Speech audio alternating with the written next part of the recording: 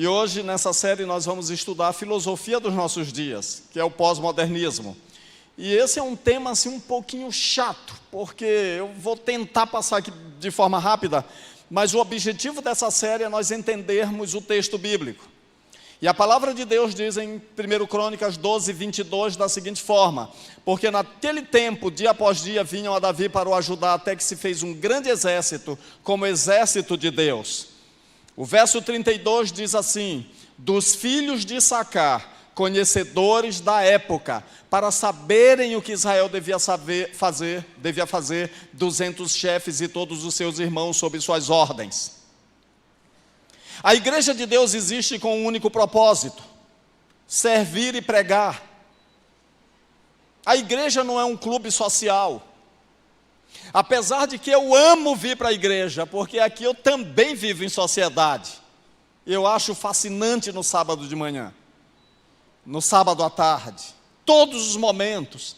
Eu costumo dizer para a Leia que o melhor dia da nossa vida é o sábado, quando a gente vem para a igreja, porque preenche os vazios, a gente sente falta da família, e quando a gente vem para a igreja é bom. A gente se abraça, a gente brinca, a gente louva.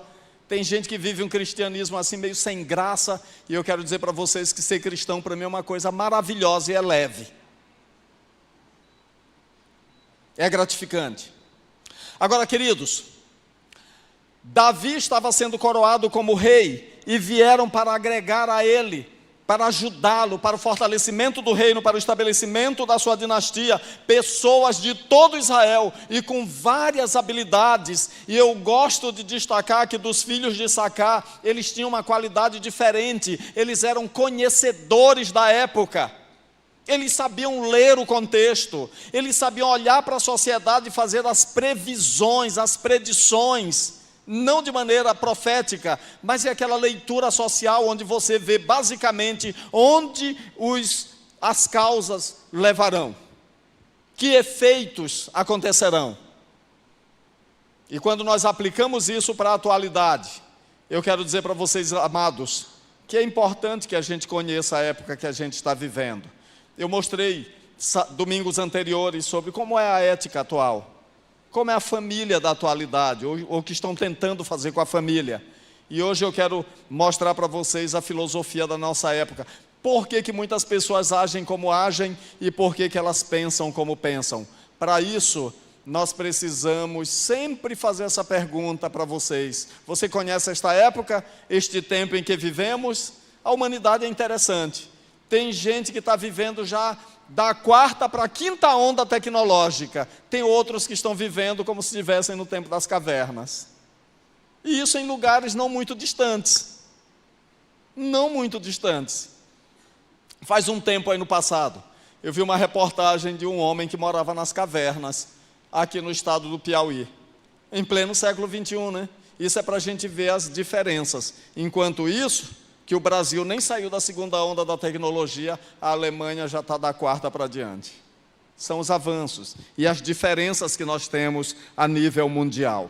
Agora, queridos, quando se trata de pensamento, de atitudes, do mundo que nos cerca, a gente precisa fazer algumas perguntas. Por que fulano age como age? Por que tal grupo faz dessa forma? Por que alguns agem de determinado jeito? Às vezes diferente do meu e muito diferente. Por quê?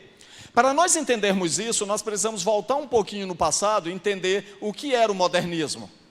O modernismo é um movimento que enfatizava a razão. Eles estavam fundados, fincados plenamente na ciência, e eles imaginavam que o método científico daria respostas para tudo, traria soluções para tudo, e a ciência traria felicidade para o ser humano. E daí foi criado um movimento que se chama de positivismo. Inclusive a bandeira do Brasil é positivista, né? Ordem e progresso, é um lema daquele tempo. E o pensamento deles era interessante. E aí alguns filósofos como Locke, Kant, Hegel e outros, o modernismo então foi fincado através da razão. E eles imaginavam que tudo isso aí ia redundar em felicidade para o homem.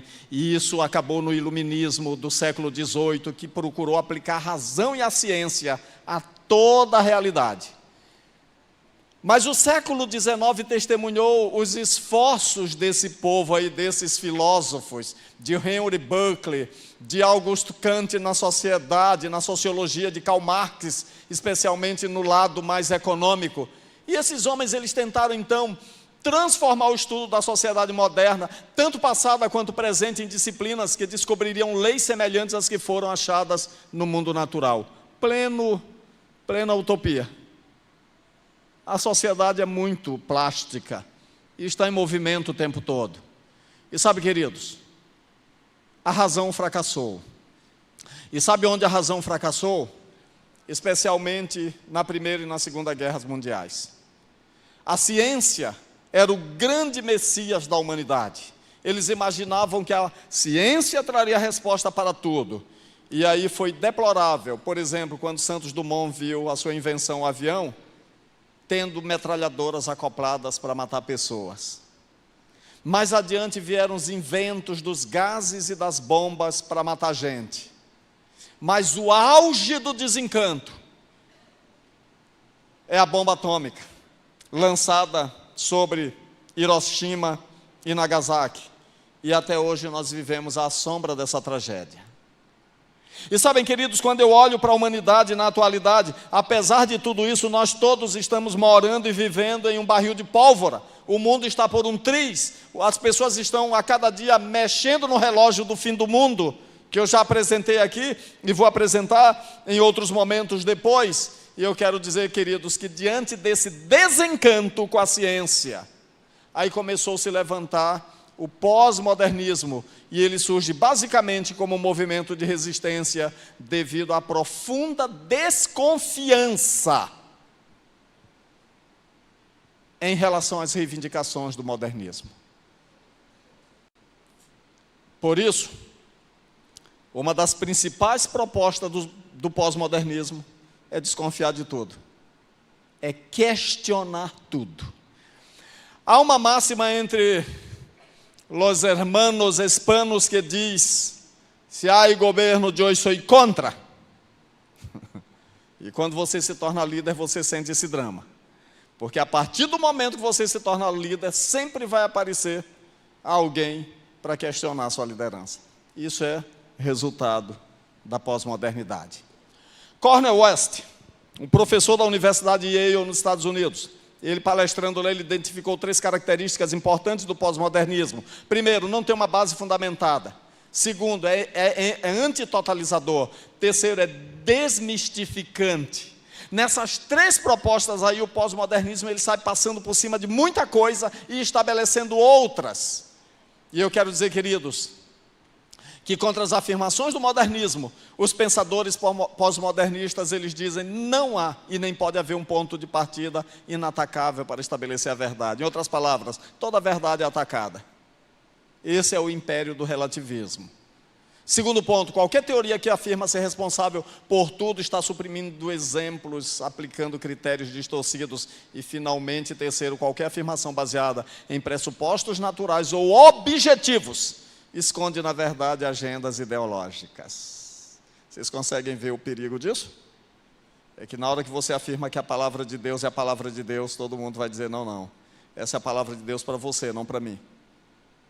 Quando você diz, Deus é absoluto, que Deus? Qualquer Deus é aceitável. Qualquer ponto de vista é aceitável, qualquer verdade é aceitável. Eu só estou apresentando os pontos de vista. E aí eu quero dizer para vocês, queridos, que tudo isso tem uma gênese, tem um começo. E essa cosmovisão pós-moderna, ela teve como um dos seus principais precursores o filósofo alemão Friedrich Nietzsche. E Nietzsche, ele diz que a realidade é o que você cria. A partir do momento que Nietzsche disse assim, Deus está morto, eu já falei para vocês antes e vou repetir, a partir do momento que Nietzsche disse assim, Deus está morto, vocês mataram Deus, vocês são responsáveis pelo sangue de Deus. Aí ele faz uma pergunta interessante, e agora? Agora você é responsável por ser o seu próprio Deus, por criar o seu destino, por estabelecer as suas normas. Em outras palavras, ele deixa na mão do ser humano agora as escolhas. E de fato, quando você tira Deus da jogada você é responsável. E eu quero dizer uma coisa para vocês: uma religião verdadeira, ela não vai colocar tudo só na mão de Deus, porque Deus não coloca tudo em sua mão, porque quando Deus criou o homem, Ele deu responsabilidade para o ser humano. Então Nietzsche, nas afirmações dele, ele está certo e está errado. Mas ele está errado em um ponto: em determinar que o homem deveria ser o Deus da sua própria vida a partir de então. Aí vieram outros filósofos como Martin Heidegger. Martin Heidegger escreveu um livro chamado Ser e Tempo. É um livro extremamente complexo de ser entendido. Até os alemães, que ele escreveu em alemão, não entendem direito o livro de Heidegger. Imagina para nós que já veio em tradução. É um livro difícil sobre ser e tempo. Mas é interessante a gente entender que ele diz que realidade é ser. Só que ele fala que ser está fundamentado não na essência, mas acima de tudo na linguagem. É muita coisa complicada aí que esses caras falaram e eu não vou ter tempo de falar sobre isso. Veio um outro filósofo, Michel Foucault. Esse daí é terrível. E ele vai na esteira de Heidegger e de Nietzsche. E Michel Foucault, ele diz assim: olha, toda a realidade é formada pelos textos. Só que um texto está sempre em confronto com o outro, porque quando um diz uma coisa é necessário que o outro se levante para que se contraponha. E ele chega à seguinte conclusão: quando um grupo se torna prevalecente na sua abordagem, é necessário que nasça outro grupo para que se contraponha. Então ele estava sempre pulando de um grupo para o outro. E isso explica porque nós temos hoje tanto barulho social. Eu não estou dizendo com isso que não seja necessário que os grupos se levantem para defender os seus direitos. Mas, irmãos, eu sempre penso da filosofia uma coisa: que a maioria dos filósofos não estão errados pelo que disseram, mas acima de tudo pelo que deixaram de dizer. E quando você avalia tudo por apenas um ponto de vista, você esquece que essa é a vista apenas de um ponto. Foucault defendia todos esses movimentos malucos que nós vemos hoje espalhados pela sociedade. E aí, por fim, nós temos esse filósofo da linguagem chamado Jacques Derrida, ou Derrida, alguns pronunciam Derrida, é francês.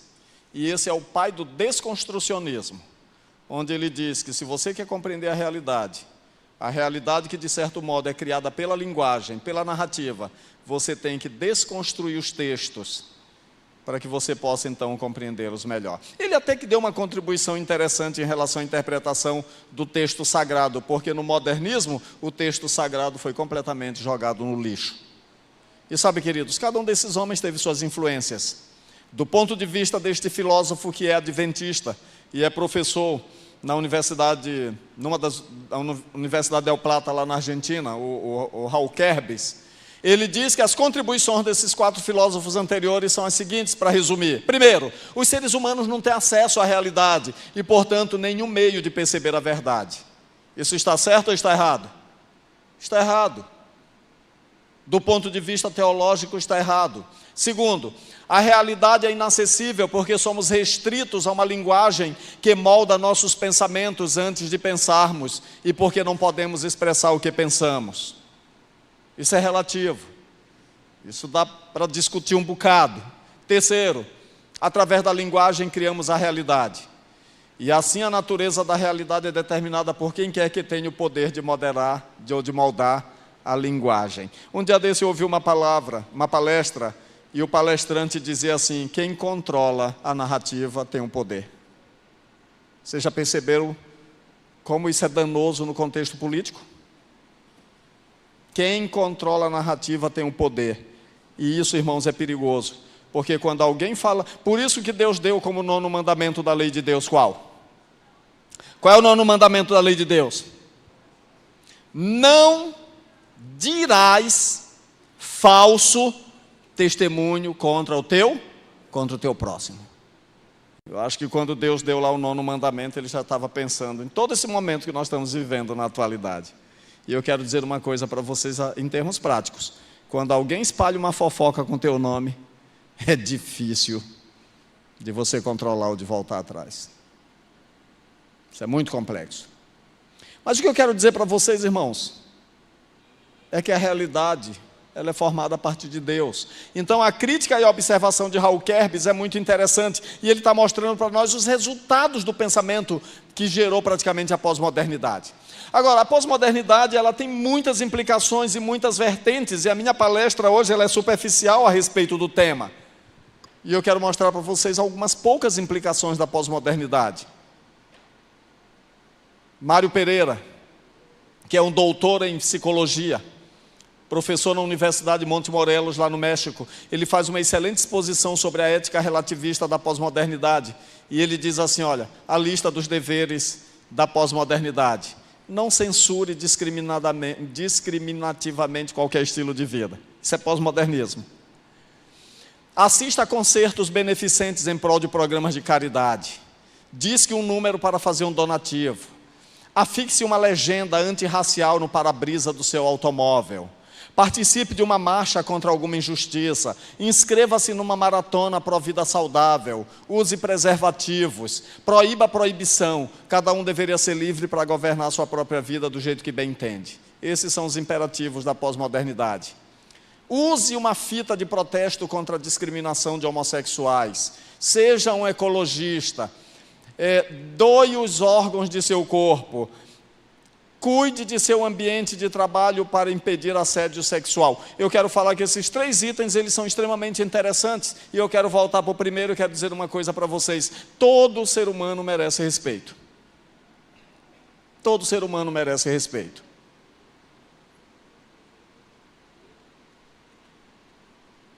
E quando nós tocamos nesse assunto, isso gera algumas polêmicas e algumas celeumas e algumas dificuldades de serem faladas até de púlpito, né? E eu quero dizer uma coisa para vocês como igreja. A igreja segue um princípio muito simples. A igreja recebe todo tipo de pecador para que ele seja salvo e transformado pelo sangue de Jesus. Jesus não salva ninguém para continuar vivendo no pecado. Mas Jesus recebe todos. Todos. Agora você pode me questionar se você tem mente pós-moderna e dizer assim, o que é pecado para você não é pecado para mim. O meu critério de pecado vem da palavra de Deus. E se alguém não aceita a Bíblia como a palavra de Deus, não há problema, eu aceito.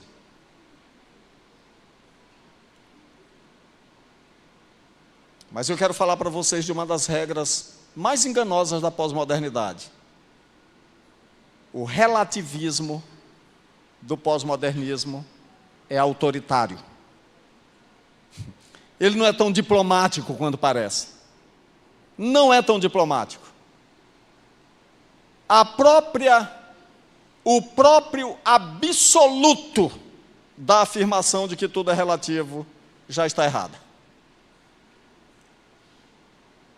Isso precisa ser refletido com sabedoria.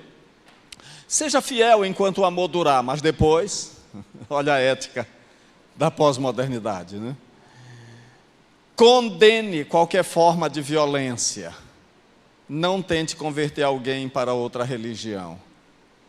Aí o bicho pega, né? Ou seja, não pregue o evangelho. Isso tem implicações éticas, sociais enormes no contexto da liberdade religiosa. Isso é muito sério. E aí, queridos, agora a lista de permissões morais. Permita a liberdade sexual, mas sem assédio. Cuidado com a AIDS. Ou seja, viva do jeito que dá na telha. Só seja cuidadoso com as doenças. A corrupção é melhor do que o rótulo de estúpido. Talvez esse daí é que governe a ética do Brasil. O que mais? Fume, mas não na seção de não fumantes. Não se comprometa com regras, pessoas ou causas que interfiram em sua realização pessoal. Percebem porque a família está sendo tão jogada de lado, onde tantos pais e mães abandonam seus filhos em nome de sucesso na carreira. A prostituição é permitida, mas só em área previamente destinada. Mentir está certo. Mentir está certo, mas somente durante uma campanha política. Que absurdo. Divórcio está bem, mas somente para o atingimento da realização pessoal. O que mais, queridos? Infidelidade não é condenável, só quando o amor desapareceu. Aborto é permitido, mas somente para favorecer o planejamento familiar. Tente tudo na procura da realização pessoal. Adapte a religião ao compromisso que a pessoa queira fazer. Beba, mas não em excesso. Obtenha sucesso, fama e dinheiro à custa de outrem. Divirta-se, não se preocupe com o futuro. Em outras palavras, eu quero perguntar para vocês o seguinte: que ética é essa sem ética? Tudo isso aí é o resultado da relativização de valores absolutos. Quais são as implicações psicorreligiosas? Mário Pereira escreveu um livro muitíssimo interessante chamado La Pós-Modernidade desde la Perspectiva Profética. É um livro muito interessante, e ele diz, quando ele fala sobre os aspectos escatológicos, ele diz que haveria sinais astronômicos, como escurecimento do sol, queda das estrelas, mas na terra também haveria sinais psicossociais, que a Bíblia chama lá em Lucas 21 de angústia, perplexidade ambivalente e frieza, indiferença. E essa indiferença causa desmaio por conta da frieza patológica que nós estamos vendo no nosso ambiente. Irmãos, às vezes a gente olha assim e pensa, poxa, uma mãe que abandona seu filho e vai pular o carnaval e deixa a criança aí morrer, é uma frieza absurda. Uma mãe que tem um bebê e joga no lixo, é uma frieza absurda. Um pai que mata a mulher e os filhos, depois se suicida, você diz assim, ele estava louco, estava extremamente doente, sim. Mas há outras coisas absurdas também,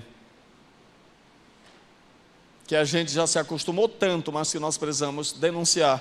Por exemplo, quando milhões e milhões, até bilhões, são desviados da educação, da saúde. E às vezes a gente fica pensando assim, por que isso?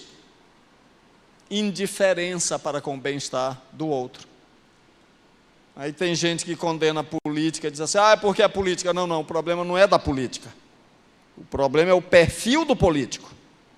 É o perfil do político. E a política é necessária, ela é interessante, ela é muito necessária. E não, de certa forma, não dá para viver em sociedade sem ela. Mas essa indiferença que leva ao cinismo é algo preocupante, extremamente preocupante.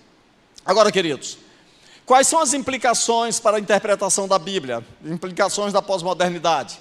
A pós-modernidade gerou um método histórico crítico, a nova hermenêutica, método estruturalista, teologia da libertação, e aí tem os métodos pós-modernos. Esse livro, A Bíblia Pós-Moderna, é um dos livros que eu tenho na biblioteca, que apresenta ali métodos pós-modernos. Aí veio a crítica feminista, crítica materialista ou política. As feministas olham para a Bíblia e dizem assim, a Bíblia não presta porque é um livro patriarcal. Aí vem a teologia dos negros e diz assim, não, a Bíblia não presta porque não favorece os negros. Aí vem outros e dizem assim, não, a Bíblia não presta, e todo mundo vem e toca fogo na Bíblia. São métodos pós-modernos de interpretação da Bíblia. E vem a crítica psicanalítica, a crítica da resposta do leitor, o desconstrucionismo e assim sucessivamente. Eu ia falar sobre a influência do pós-modernismo na religião, mas esse vai ser o sermão de domingo que vem. A religião atual. Eu quero terminar falando sobre a cosmovisão cristã. Uma cosmovisão cristã nesse contexto, irmãos. A palavra de Deus diz assim, digo isto a vós outros que conheceis o tempo. É hora de vos despertardes do sono. E eu quero dizer para vocês, igreja, que nós precisamos entender isso para que a gente saiba agir como igreja no meio dessa situação filosófica em que nós vivemos. E eu quero dizer que uma cosmovisão cristã implica numa visão integrativa da realidade à luz da Bíblia. O que é uma realidade integrativa? Vamos juntos. Primeiro, nós cremos em uma metanarrativa conforme registrada na palavra de Deus, que ela é inspirada e é sagrada. Nós cremos nisso. Nós cremos no Deus Criador e soberano, que sendo Altíssimo e Santo se relaciona com sua criação, tornando isso pleno na encarnação, vida e ministério de Jesus. Nós cremos no plano da salvação para resgate de todos os pecadores, visto que todos pecaram e carecem da glória de Deus. Nós cremos na nossa origem, na criação, E nós cremos no nosso destino, que é a glorificação através da vinda de Jesus. Quem crê, diga amém. E nós cremos no fim do mal, quando Jesus destruir Satanás e o pecado e pecadores. Cremos em princípios que regem a vida humana para a sua felicidade, como casamento monogâmico heterossexual. Nós cremos no cuidado com a saúde, uma vida simples e modesta que reflita a pureza e humildade de Cristo. Esses são nossos pilares, irmãos. Esses são nossos valores. Agora, a gente vai jogar pedra e dizer assim, o mundo está perdido. Não, irmãos, o mundo está desinformado. A salvação está disponível para todo mundo na cruz do Calvário, amém? E a minha missão e a sua missão é testemunhar, é pregar, é falar. E como é que nós vamos pregar para essas pessoas que têm a mente pós-moderna e às vezes têm dificuldade de entrar numa igreja? Eu quero mostrar para vocês como nós podemos testemunhar no mundo pós-moderno. Eu já estou terminando. James Emery White escreveu um livro muito legal, pequenininho, um livro chamado A Mente Cristã no Mundo Sem Deus. E ele diz assim, os pós-modernos também têm uma profunda desconfiança na afirmação do cristianismo de que possui a verdade a respeito de Deus. Observe, por exemplo, a lista de termos que os jovens americanos acham que descreve o cristianismo com maior precisão, com um percentual que afirma a sua precisão. Olha só, queridos, que estatística triste. Eles chamam o cristianismo de homofóbico, 91%. Julgador, hipócrita, antiquado, demasiado envolvido na política. Isso aqui é terrível, não é? Fora de contato com a realidade, insensível aos outros, enfadonho, não aceita outras crenças, confuso. Então James Emery White, ele diz assim, somos vistos como excessivamente envolvidos com a lei e com a política, cheios da abominável agressividade e consumidos pela ganância.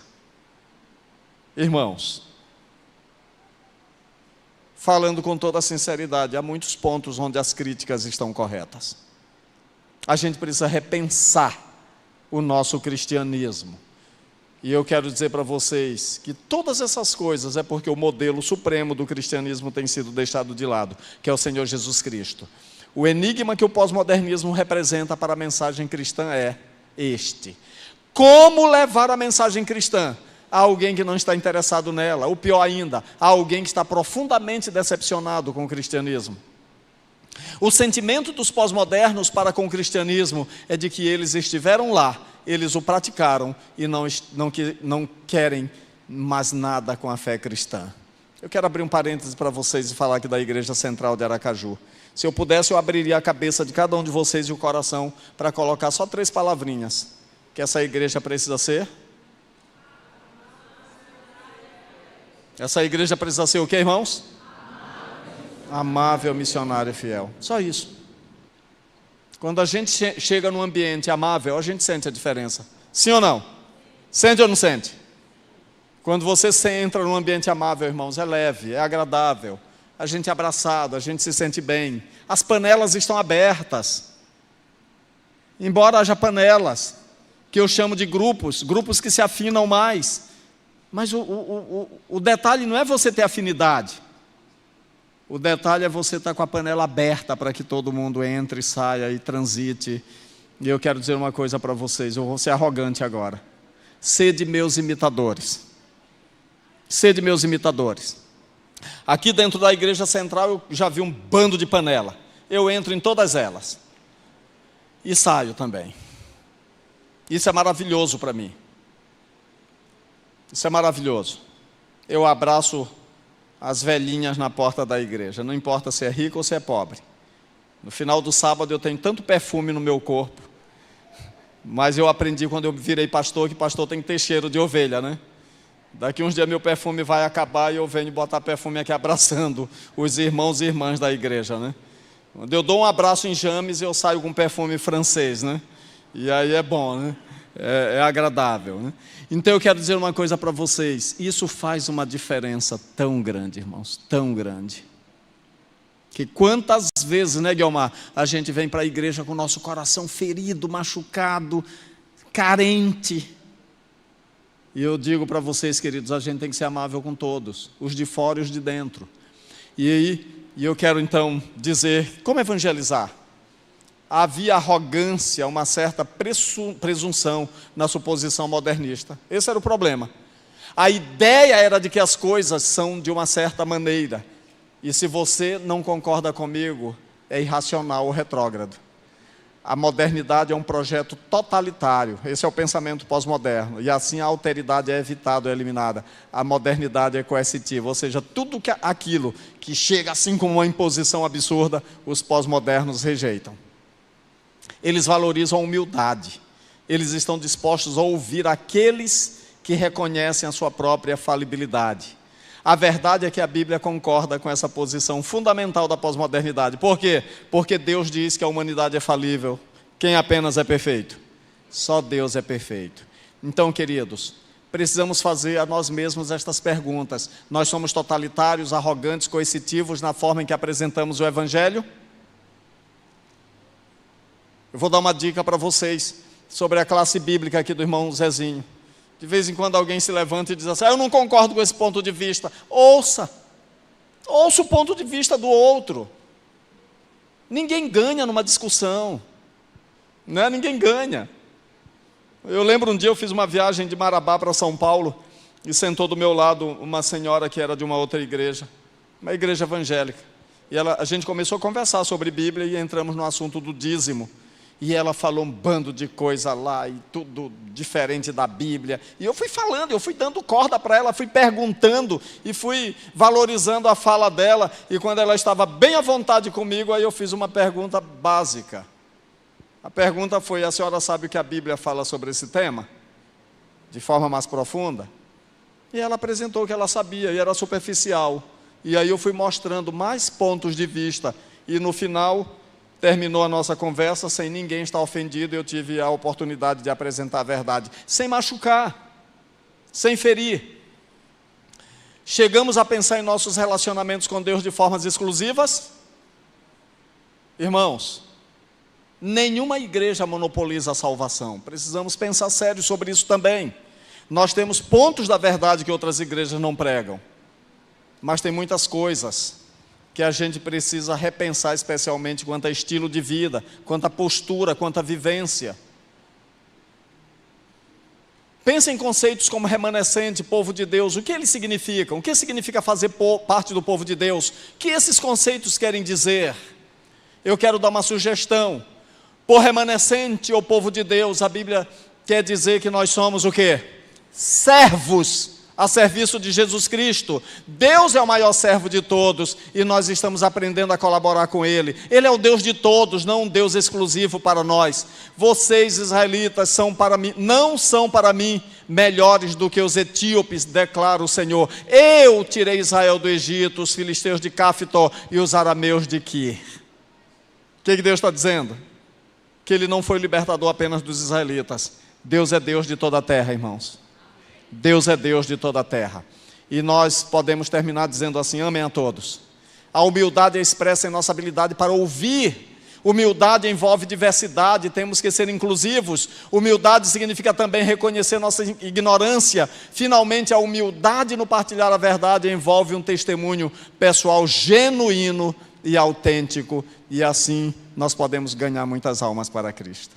Eu termino com Romanos 13, 11 a 14, que diz: e digo isto a vós outros, que conheceis o tempo. Conheceis o tempo. Queridos, nós conhecemos o tempo, mas eu quero terminar fazendo um apelo diferente hoje. Conheça o Jesus para este tempo. E eu pergunto, o Jesus deste tempo é diferente do Jesus do passado? Sim ou não? Não. Porque a palavra de Deus diz assim, Jesus Cristo é o mesmo quando?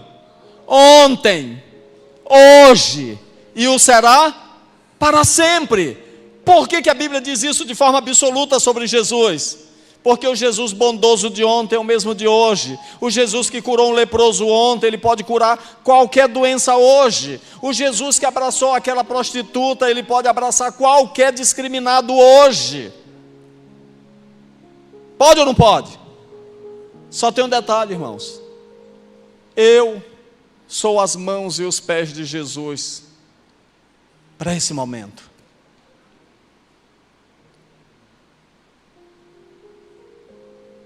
Jesus disse: eu sou a luz do mundo enquanto eu estou no mundo. E lá no capítulo 9 ele diz para a sua igreja: vós sois a luz do mundo. Eu quero orar por aqueles que nesse momento querem dizer assim: Senhor, usa-me mais. Eu quero ser o melhor cristão, eu quero representar melhor Jesus. Quantos querem? De vez em quando.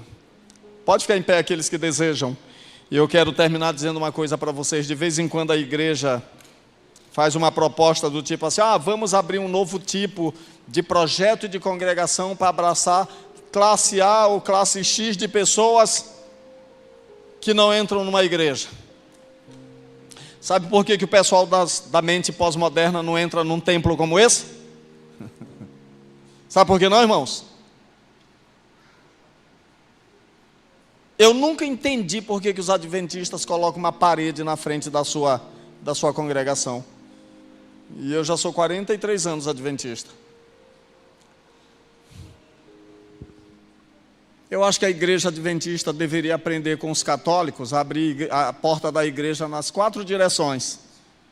A igreja adventista precisa aprender a ter o fervor dos pentecostais, a igreja adventista precisa ter o amor dos batistas, a igreja adventista precisa aprender a ter o trabalho missionário das testemunhas de Jeová. Mas acima de tudo, a igreja adventista precisa olhar mais para Jesus Cristo e imitar o nosso Senhor e Salvador. É a única forma, irmãos. Aí tem gente que diz assim: não, nós vamos agora fazer uma coisa diferente, onde tudo é diferente, as paredes são diferentes, a luz é diferente. Não é disso que as pessoas precisam. E o pastor Ayrton pregou um dia desse, ele falou: parede preta não converte, luz apagada não converte ninguém, não transforma. O que transforma é Jesus Cristo. E como é que as pessoas vão conhecer Jesus Cristo? A partir da maneira como eu o vivo, como eu o apresento. Essa é a diferença. Essa é a única diferença. Não se trata de lugar, não se trata de estrutura, se trata de testemunho. Se trata de testemunho. Podemos pensar sobre isso, sim ou não? A Igreja Central de Aracaju precisa ser amável, missionária e fiel. Só isso. Amável, missionária e fiel. Pai que habita nos céus, coloca o teu povo em tuas mãos. É tua igreja. E eu quero te rogar, Senhor, que nos transforme, que nos converta, que nos habilite, que nos fortaleça. Eu quero te rogar, ó Deus, que essa transformação comece em mim. Torne-me mais humilde. Não me deixe ser maledicente. Me ajude a amar as pessoas, até aquelas que enchem a paciência. Ajude-me, ó Deus, a ter disposição para abraçar todos, até os leprosos. Dá-me forças, Pai, para que eu seja cristão de verdade. Não me deixe ser identificado por um título ou uma placa de igreja, mas acima de tudo, ajude-me a ser conhecido como uma imitação de Cristo. E eu te peço que abençoe cada irmão e irmã desta igreja, para que possa ser um pequeno Jesus nessa terra, espalhando paz, amor, alegria, bondade. Transforma-nos, usa-nos e fortaleça-nos, pois contra a força do testemunho em Cristo não há filosofia que derrube. Dá-nos a bênção, Senhor, de impactar o mundo mais uma vez, como os discípulos impactaram no primeiro século, através de um testemunho poderoso, dado pelo poder do Espírito Santo e fundamentado na Tua Palavra. Sustenta-nos na fé e na verdade. É o que nós te rogamos, agradecidos em nome de Jesus, e todos dizem amém, amém. Deus abençoe a todos.